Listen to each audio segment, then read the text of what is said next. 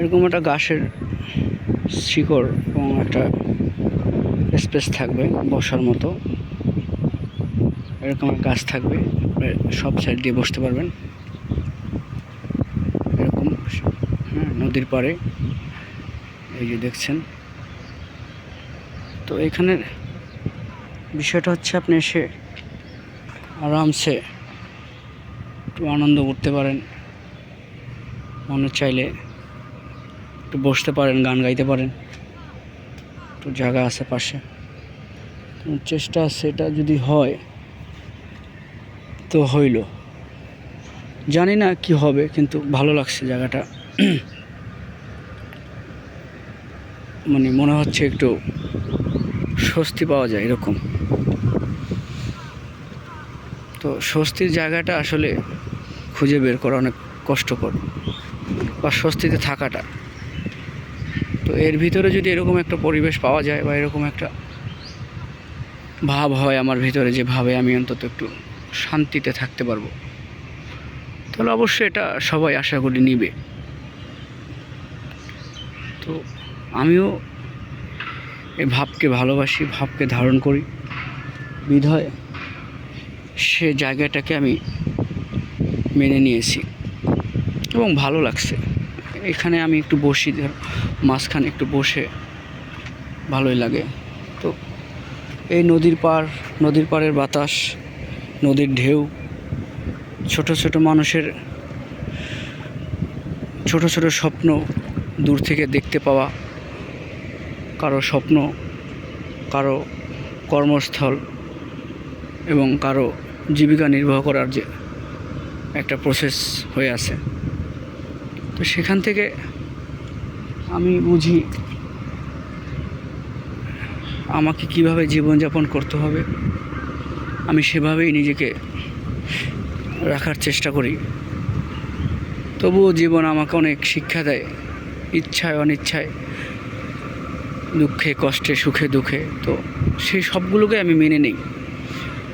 আর সব কিছুর পরও আমি শুধু তাকেই চাই যে আমার এই হাজার দুঃখের কষ্টের কারণগুলো লাঘব করে দেবে, আমাকে আমার অবস্থানে রাখবে, আমাকে আমার থেকে যেন বিচ্ছিন্ন না করে দেয়, আমি যেন আমার মাঝেই স্বস্তিতে থাকতে পারি, আমি যেন আমার মাঝেই বিলীন হয়ে যেতে পারি।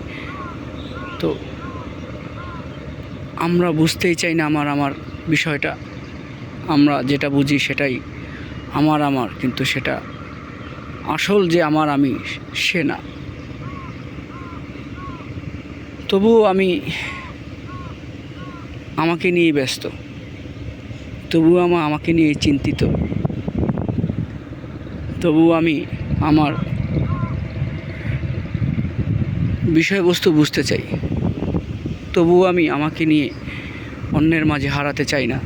হ্যাঁ, অন্যের মাঝে হারাতে চাওয়াটা আরেকটা সাধনা, সবাই সেটা পারে না।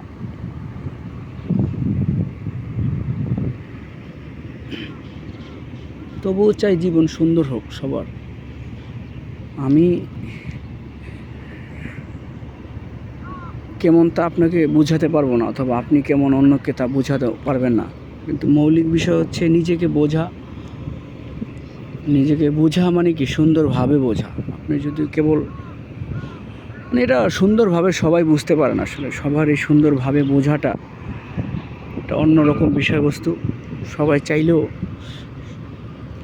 সুন্দরভাবে বুঝতে পারবে না, আবার অনেকে সে সুন্দরভাবে বোঝাটাকে পছন্দ করে না। তাদের বোঝাটা সুন্দর, তবে সেটা অন্য কিছু, সেটা সে জানে। তো আমিও বলি যে বুঝতে পারা ভালো, বোঝার জন্যই আমাদেরকে পাঠানো হয়েছে। কিন্তু আমরা আসলে মৌলিক যে বোঝাটা, আমরা যে বুঝটা আমাদেরকে শান্ত করবে, যে বুঝটা আমরা স্বস্তির, শান্তির, সুপ্রিয়, সুন্দর, সেটা আমরা বুঝতে চাই না। আর পরিস্থিতি হয়তো আমাদেরকে যা শিক্ষা দেয় সেটা বুঝে ওঠা কঠিন। তবুও বলবো একটু চেষ্টা করে সবাই যেন পরিবেশ, সময়, পরিস্থিতি এগুলোকে বোঝার চেষ্টা করি। বোঝার জন্য আমরা যে সময়টা যে শক্তিটা, যে বুদ্ধি, যে জ্ঞান, যে পথে আমরা খাটাই, আসলে সেই পথ আমাদেরকে সহজ, সুন্দর, সুপ্রিয়, সুন্দর, সাবলীল সে স্বস্তিটা দিতে পারে না। যেটা দেয় সেটা হতে পারে অর্থ, দুনিয়া, মোহ। তো প্রকৃত অর্থে এটা আমাদেরকে মুক্ত করতে পারে না। আমরা সবাই সেটা বুঝি যে আমরা বেরিতে পড়ে আছি। সেটা অনেক ধরনের বেরি হতে পারে। তো সেখান থেকে নিজেদেরকে বুঝে ওঠা, রাখা, নিজেদেরকে জানা, মানা, আসলে নিজেকেই মানতে হয়। আপনাকে অন্য মানুষকে মানার প্রয়োজন নাই। নিজকে নিজেই যদি মানতে পারি, গ্রহণ করতে পারি, তো সেটা একটা সুন্দর, সেটাও একটা সুন্দর ভাব। এই যে দেখুন, বসে আছি, কেউ ট্রলার চালায় যেতেছে, কেউ বড় বোট চালায় যেতেছে, আবার লাইটার জাহাজ চালায় যেতেছে। তো সব মিলে আমার কাছে আমিও মনে হচ্ছে যে আমিও তাদের সাথে ভেসে যাচ্ছি। আমিও মনে হচ্ছে যে একটা মানে ট্রলারের মতো আমিও যেন ভাসছি, এক জায়গা থেকে আর এক জায়গা যাচ্ছি। কখনো আমার পিঠে অন্য কেউ বহন করে, আমি আবার কখনো অন্যের পিঠে বহন করি। এরকমই নিজেকে অনেকভাবে দেখা যায়। মূল কথা হচ্ছে আপনি কিভাবে নিজেকে দেখেন, বুঝেন, সেটা। তা আমি বিষয়বস্তু সুন্দর হোক সেটাই চাই। আমি চাই না আপনাকে নিয়ে যুদ্ধ করতে, আমি চাই না আমাকে নিয়ে যুদ্ধ করতে। এমনিতেও যুদ্ধের ভিতরে আছি অবশ্য। তো সে যুদ্ধটা মানে হয়তো কখনো মানুষ দেখে না, বা অস্ত্র নেই, হাতিয়ার নেই, সেটা কেমন যুদ্ধ, ব্যাপারটা এরকম। তো আমার কাছে এরকমই লাগে যে যুদ্ধ করার জন্য অনেক সময় হাতিয়ার, অস্ত্রের, অথবা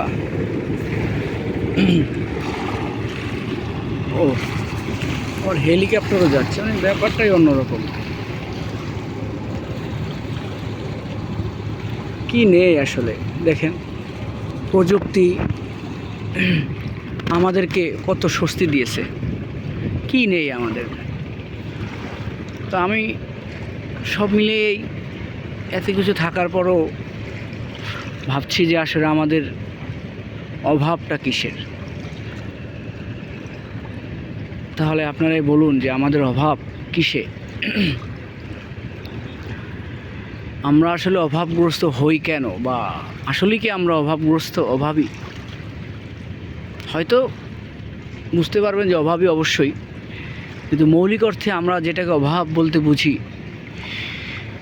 সেই অভাবটা যদি আপনি বুঝতে পারেন, তখন দেখবেন আপনি বলবেন যে আসলে আমার যে জিনিসটার অভাব, সেটা যদি আমার হয়ে যায়, সেটা যদি আমি পেয়ে যাই, সেটা যদি বুঝতে পারি, তখন আর আপনার এই অভাবের তাড়না, অভাবের যন্ত্রণা, আপনাকে অভাব বলে যে কিছু বিষয়বস্তু আছে, সে আপনাকে ধোকায় ফেলতে পারবে না। সে আপনাকে আর দুঃখ দেবে না, সে আপনাকে সদানন্দ রাখবে, শান্তিও, সুপ্রিয় করে তুলবে, সজল, সত্য, সহজ করে তুলবে। তো আমার অভাব বলতে আমিও বুঝি আমার অভাব আছে। সে অভাবটা বুঝানোটা আর একটা আমার অভাব আছে দেখে আমি আপনাকে বুঝাইতে পারতেছি না। আর যে অভাবটা, সেটা কেউ না কেউ জানে যে আমার কিসের অভাব। আমার সুন্দর ভাবের অনেক অভাব, আমার সুন্দরের অভাব। মানে আসলে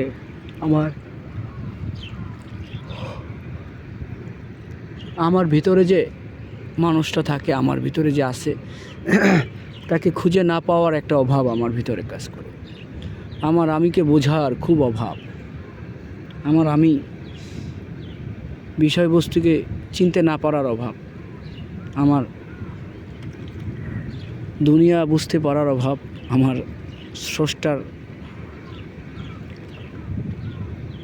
দেওয়া সকল সৃষ্টিগুলো বোঝার অভাব। স্রষ্টা আমাকে যেগুলো দিয়েছে সেইগুলোকেই আমি বলতেছি, সেগুলো বোঝার অভাব। আবার কোথাও গিয়ে আমি আমার অভাবগুলো বুঝতে পারি না। আমি বুঝতে পারি যে আসলে আমার কোনো অভাব বলতে যে কিছু থাকে সেটা নেই। আমি ওইটা বুঝি না। আমি বুঝি প্রকৃত অর্থে মানুষের কোনো অভাব নেই, এটাই সত্য, এটাই ভেদ। আপনাকে যতটুক দেওয়া হয়েছে সেটাই আপনার, যা কিছু পাবেন সেটাই আপনার, যা কিছু পেয়েছেন হয়তো বা আগামীতেও যা পাবেন, যা আছে যা পাবেন, আর এটাই আপনার। আর যা পাবেন না সেটা আপনার অভাব বলতে যদি বুঝেন সেটা হলে তাহলে লীলা হবে। আর আপনার জন্ম থেকে মৃত্যু পর্যন্ত যা আছে তাই থাকবে, তাই পাবেন। অভাব বলতে কিছু নেই, অভাব বলতে কিছু নেই। অভাব বলতে যেটা যদি কিছু থাকে সেটা হচ্ছে আমাদের সুন্দর স্বভাবকে বোঝার অভাব, সুন্দর মানুষকে বোঝার অভাব, আপনার সৃষ্টির রহস্য জানার অভাব, স্রষ্টার দেওয়া সেই জানমাল, অর্থ বা জ্ঞান, এগুলো বোঝার অভাব। জন্ম মৃত্যুর মাঝে আপনার জীবন কিভাবে যাপন করবেন সেইটা বোঝার অভাব। অভাব বলতে আমরা আসলে ভালো মানুষ হয়ে ওঠার অভাব। অভাব হচ্ছে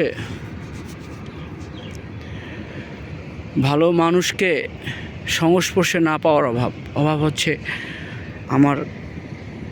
আমি যা আশা করি সে মানুষগুলোর না পাওয়ার অভাব। অভাব হচ্ছে আমিকে দেখতে না পাওয়ার অভাব। তাছাড়া আপনার আমার অভাবগুলো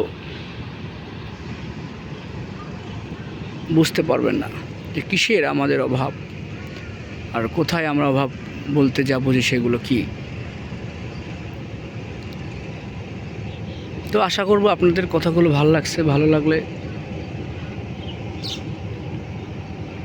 আশা করবেন যাতে ভালো কিছু হয় সেটাই। আর আমিও আশা করি আপনারা আমাকে ভালো কিছু বলেন, যেটা থেকে আমিও যেন সে ভাবটাকে নিয়ে নিতে পারি, আমিও যেন বুঝতে পারি সে আমার না দেখা মানুষগুলো তারা শব্দের মাধ্যমে প্রকাশ করেছে, তাদের কথার মাধ্যমে, তাদের বলার মাধ্যমে যেন আমি বুঝতে পারি যে সে কে। আর শব্দ তো একটা দামি জিনিস, শব্দ না করলে বোঝা যায় না যে আসলে শব্দের কত মূল্য। আবার অদেখা জিনিসকে না দেখতে পাওয়া, অদেখা জিনিসকে না বুঝতে পাওয়াটাও একটা অভাব। সে অভাবটা চিরকালেই মানুষের থাকবে এবং দিয়ে দেওয়া হয়েছে। এই অভাবটাও আসলে এক সময় থাকবে না, এটাও চিরন্তন সত্য। মানুষের কোনো অভাব বলতে যেটা সেটা আমাদের অভাব একটাই, মৌলিক অর্থে আমাদের অভাব একটাই, যেখান থেকে আমরা এসেছি সেখানে ফিরে না যাওয়া পর্যন্ত আমরা যে সময়টুকু কাটাবো সেটাই আমাদের অভাব। আমরা এই অভাবেই আছি, মূল জায়গা থেকে আমরা চলে এসেছি, আবার যেন সেখানেই যেতে পারি। আবার এখানে আর একটা অবস্থান আছে, যদি আশা করেন যে সেখান থেকে আরও ভালো অবস্থান আশা করেন তো সেখানেরও যাওয়ার একটা প্রচেষ্টা আছে। তবে এই কূলে সেইখানে যাওয়ার অবস্থানের মানুষ খুবই কম, খুবই নগণ্য, খুবই কম। তো সবাই চেষ্টা করে সেটা আশা করে এবং তারা খুবই কম। তার ভিতরেই আমরা যেন তবুও যেন আশা করি আমরা যেখান থেকে আমরা এসেছি সেখানেই যেন যেতে পারি। কারণ এমন একটা রঙ্গমঞ্চে আমরা আছি, এমন একটা পরিস্থিতিতে আছি, এমন একটা সময়ে আছি, এমন একটা সৃষ্টিকূলে আমরা আছি, যেই সৃষ্টিগুলো এসে পড়ে আসলে আমার মনে হয় না যে আমরা যেই সৃষ্টিগুলো আছি স্রষ্টার অন্য কোনো সৃষ্টি এইরকম পরিস্থিতি বা এরকম সময় তারা পার করছেন, বা আমরা যা করছি, আমরা যা দেখছি, সৃষ্টিগুলোর অন্য কোনো সৃষ্টি বোধহয় এরকম কিছু আবিষ্কার করছে কি না আমার জানা নেই। আর সেটাও একটা ভেদ। আর জানা যেটা আমরা সবাই বুঝি, আমরা সবাই শ্রেষ্ঠ মাখলুকাতের, কিন্তু আমরা এটাও জানি না কোথায় আমাদের শ্রেষ্ঠত্ব, আমরা কি শ্রেষ্ঠ কুলে আছি কি না। আসলে আমরা শ্রেষ্ঠ কুলে নাই। সেই শ্রেষ্ঠ কুলে যাওয়ার জন্যই যত প্রয়াস, যত চেষ্টা, যত সকল কিছুই সেই কুলে যাওয়ার চেষ্টা করব, চেষ্টা করুন। আমিও চেষ্টা করছি। তো আমার চেষ্টাটা যেন সফল হয়, আমি সেটাই বলবো,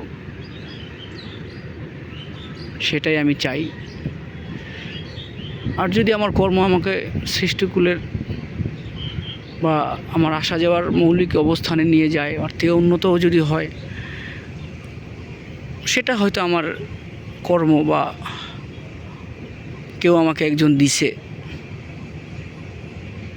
কেউ একজন বলতে সেও গোপন বিষয়বস্তু তাকে ধারণ না করলে আপনি তার দেওয়াটা বুঝতে পারবেন না। স্রষ্টা বলে যাকে আমরা বুঝি, তিনি সবার অবস্থানেই বুঝেন। তো আমি আমার অবস্থানে ব্যস্ত, আমি আমার অবস্থানে বড় ক্লান্ত। যাই হোক, ভালো থাকবেন। হ্যাঁ, ভালোই থাকতে হয়, ভালো নিজেকে রাখতে হয়, তাছাড়া অন্য কেউ ভালো রাখার ক্ষমতা রাখেও না। স্রষ্টা যা দিছে সেটা ফিক্সড হয়ে আছে, এর ভিতরে আপনাকে জীবনযাপন করতে হবে। চাইলেও আমরা এই মুহূর্তে অনেক কিছু আছে যেগুলো আমরা করতে পারবো না। তাই বলবো, ভালো থাকবেন, ভালো রাখবেন, ভালো রাখার চেষ্টা করবেন। ভালোকে বোঝার চেষ্টা করাটাই আমাদের মূল মানুষের সেই অস্তিত্ব যেখানে বিরাজ করে, সেটাই হচ্ছে ভালো রাখার, ভালো থাকার, ভালো থাকতে হবে চেতনা, এরকম একটা। সবার মঙ্গল কামনা করছি।